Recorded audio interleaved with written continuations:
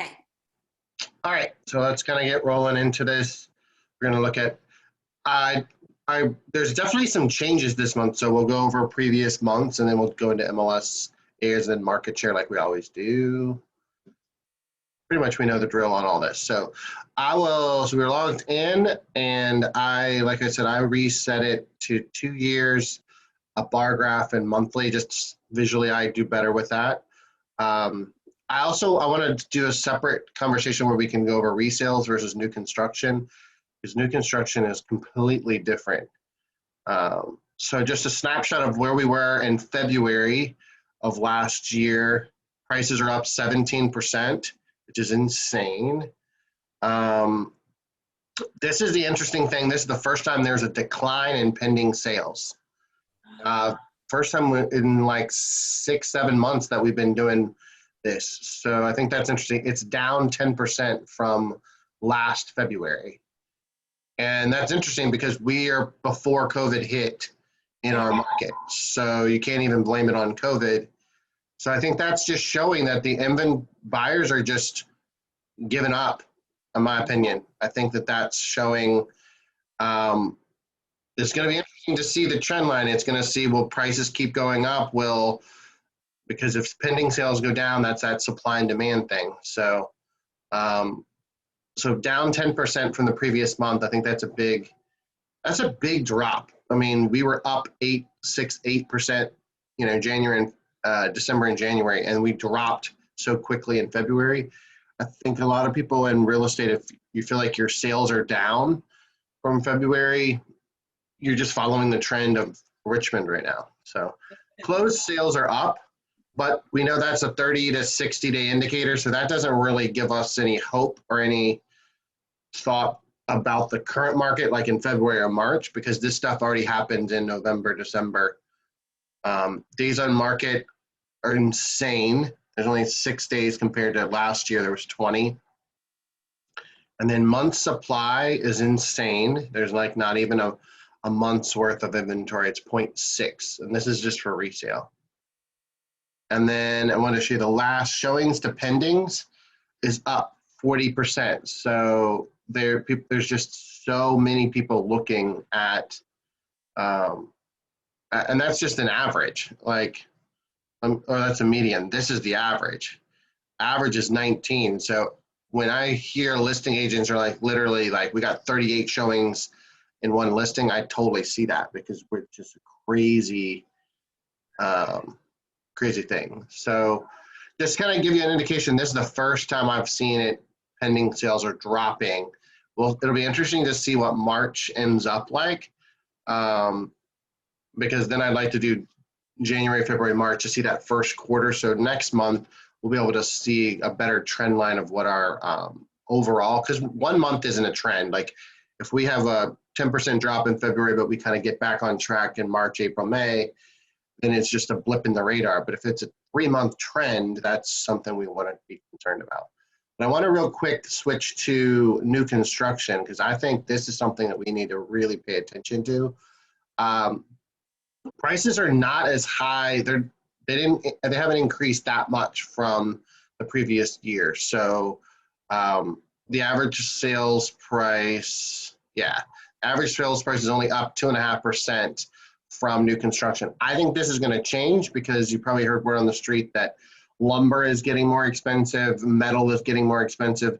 So they generally, because when I was doing new construction, they kind of operate just like kind of a corporate business. They do quarterly increases. So I bet you they will do an increase in April, like a pretty big bump on their pricing, because they are only up 2.5%. And I guarantee those lumber costs are not just up 2.5%. So I would be screaming to my buyers right now that if you want to go under contract with new construction, you need to do it before the end of March, because I guarantee they're going to start doing a bump up on pricing, especially at spring market. They've got more out of the ground because the rain and the weather is starting to cooperate. So pending sales, this is where you see the big difference. We're dropped 10% in resale, but we're up 22% in new construction. And realize this is what they just put in MLS. I know there's plenty of deals, transactions, private builds that are not in MLS, and they'll probably never go in MLS. So this is just what's reported from some of those Main Street, Eagle Construction, like those that put them in. But there's a lot of smaller builders that don't even put it in MLS. So you're seeing down in resale and up 22%. It's pretty crazy. That's where everything's going. Closed sales up 37%. What was resale up 30? Yeah, look, closed sales was only up 3% for resale, 37% in new construction. And that's a huge percentage of the market. And again, it's indicative to the fact that where are those people selling who's selling those houses? I don't know, because they obviously listed, they are in a house that probably listed themselves. So I just think this is a really big, we're going to start to focus on some really new construction training to get some more knowledge behind that. But I think you really need to potentially do some additional marketing, reach outs to your database, be really familiar with, new construction all the way around. Days on market doesn't really count in new construction because they barely put them in. Month supply, though, these factors for new construction don't really help us because they don't put everything in. So it says there's 2 months. There's probably a little bit more, but they don't always put everything up in MLS. So what I would basically just look at is sales price, and I would look at pending sales and closed for new construction as indicators that that market is being completely driven by just the lack of inventory. So let's go into some MLS areas. MLS area number. Let's kind of start in Henrico real quick. I'll start in resale. So Henrico, sales price, not that much difference, 1% is not a big deal. Pending sales, you see that big drop. Henrico specifically, I think people are just kind of giving up with some of the inventory challenges. And then closed sales, not that much of a difference. Days on market, 6, look at that. And then supply is half a month. So Henrico is insane. When you flip it to new construction though,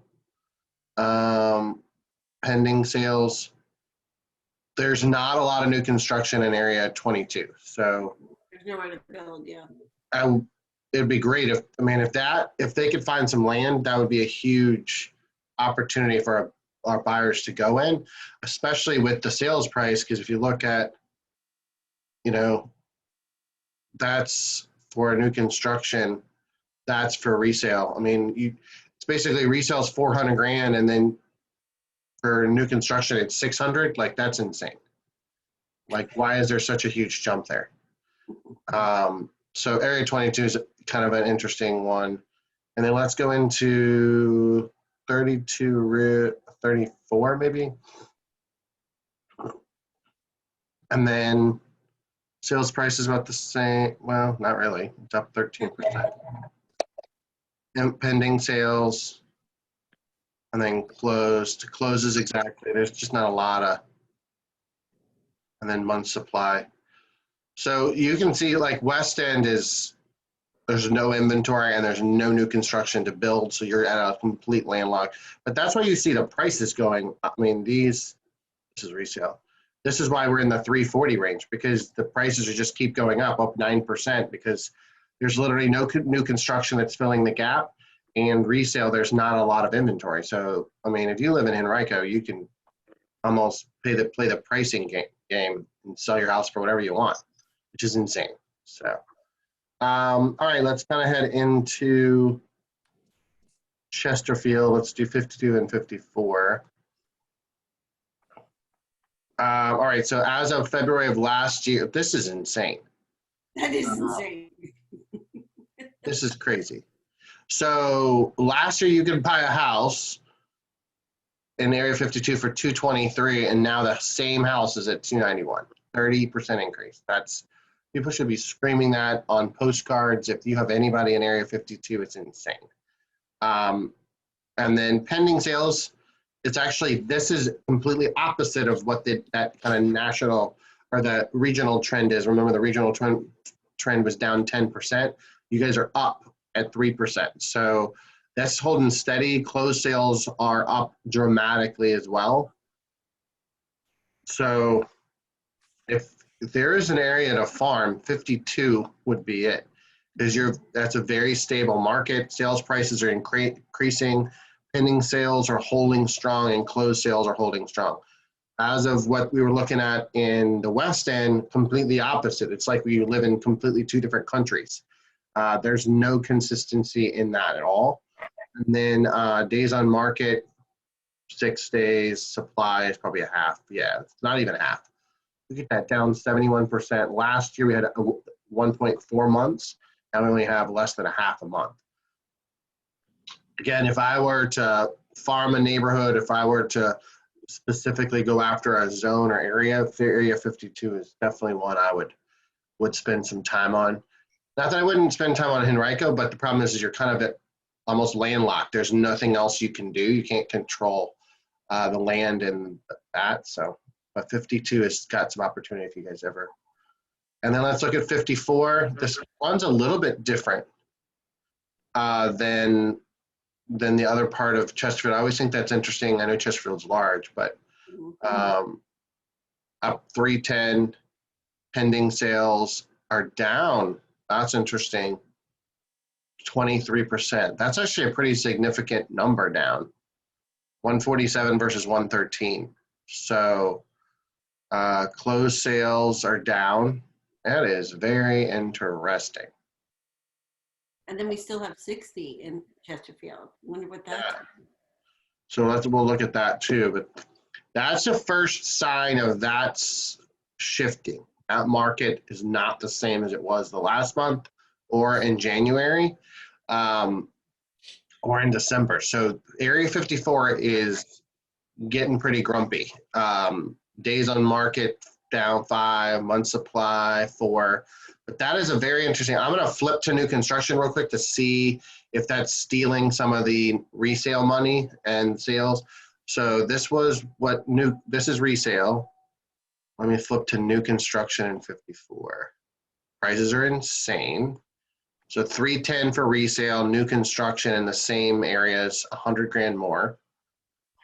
And then pending sales on, there it is. That's where it's going. So resale is down 23%, and new construction in Area 54 is up 94%, basically double. Like, it's insane.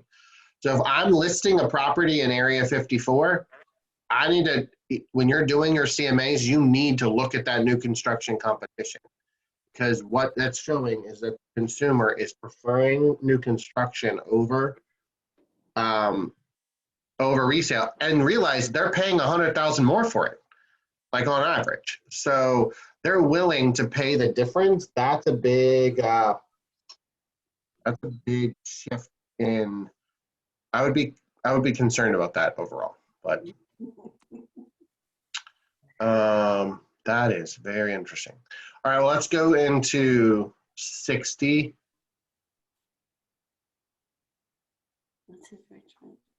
Let's go into 62 and 64. Is that what we need to do? Yeah.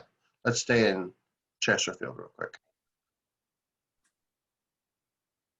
All right, let's flip back to resale. So resale prices are increasing 19%. Pending sales are down, not by much. 9 units is not a significant.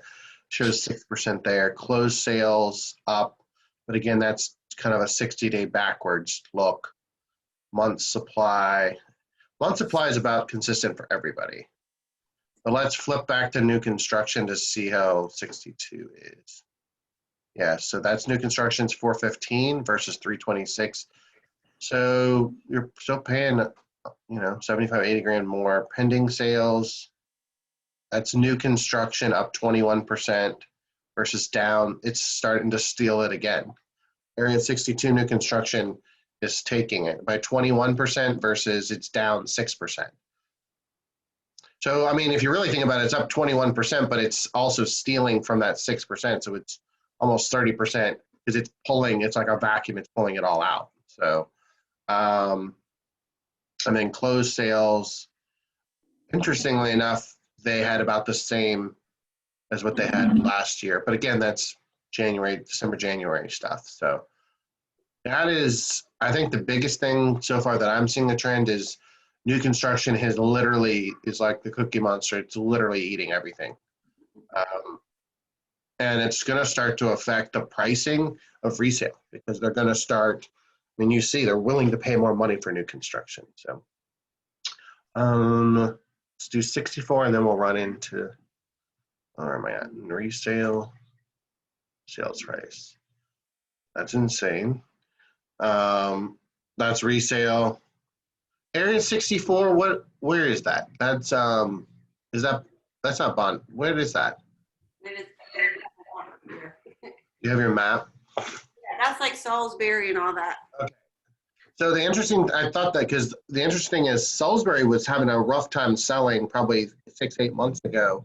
And now suddenly it's all, what's that? I said it's Tarrington and Salisbury and Yeah. The corridor. Yeah. It's that whole corridor, right? So it used to, like 6-8 months ago, remember, Kitty, you had that crazy one, I mean, it was a crazy house that you did for open house for somebody.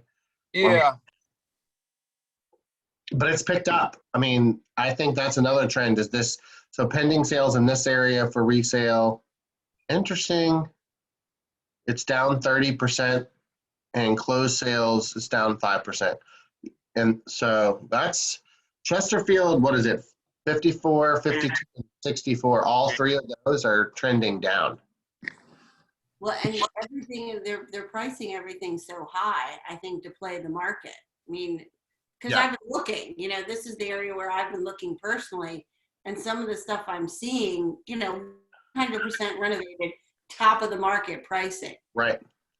Well, that's the thing is the first thing to go, you see the trend right now that it's increasing in pricing, but when pending and closed start to decline, I mean, and pendings are down double digits, 30%, that's going to start to push the price down. So we need to watch this number because I guarantee that starts to go down, which is what the market needs to do. It needs to start pushing the prices back down because the supply and demand there. So like the conditions of some of these houses that are at top dollar, like that need 100% renovation, and I'm going, they're asking $600,000 for this house. Right. Yeah.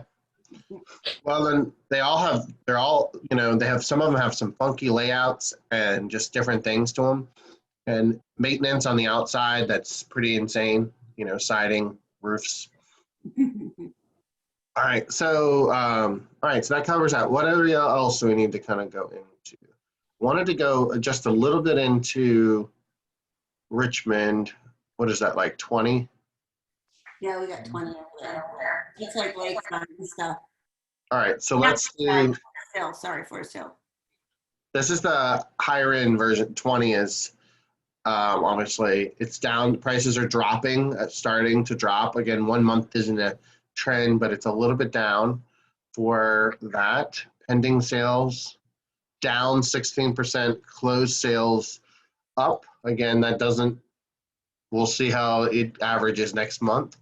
But pending sales, a lot of the stuff is double digits down. Month supply is about on average what everything else is. So that's all right. So then I don't think there's much new construction over there, but we'll see. Yeah, there's nothing. And then let me do 10 real quick. Prices are insane. Pending sales are up, and then closed sales are up. So that's just the difference in Richmond, 10 versus 20. Where is 10? Amy, you have your map? The city. It's the city. It's like in the heart. Is that like the fan? Yeah, it looks like, So where does 10 and 20 break from? Can you see the line? 10 is Maymont area, and then 20, the breaking point is Powhite and all that, the highway. Oh, right. So you can see a huge difference. Yeah, I think, 20 is right by CCV and 3 Chopped, and right, that's why it's a higher price point, because it's, right. River Road and Carytown and all Yeah, but that. you can see that that's declining now, right? So this is area 10. Pending Yeah. sales are up 4% and closed sales are up. And then if I flip back to 20, closed pending sales are down 16. I think that's people bailing from the issues they had downtown is why, I think. It could be. I think it's more because generally the prices aren't going up. They're not getting Right, they're not getting as much. they're not getting as much as they thought as they wanted. So they're like, hell with this. I'm not going to do it. Right. Because that's Well, only, that's the same. I mean, that goes in the same barrel. I mean, they're not getting it because people don't want to go there. yeah, absolutely. It's the sellers aren't getting their money and the buyers are like, heck no, I don't want to basically be in that area for some reason. So all that stuff does affect property values. So whether you want to believe it or not, politics or no politics, it does affect things. I also wonder which area would have the most likeliness of off-market deals. Like, there has to be one area that the demographics are like, you know what, I can handle an off-market deal because I don't need to get top dollar. I wonder, because that is happening a lot. I mean, we see it all over Richmond Realtor Mastermind, people doing off-market deals. Yeah, I see a lot of that. I would say in Chesterfield, that area 54 is where you need to concentrate off-market deals. Because the prices are high, there's still a high demand, there's just no inventory.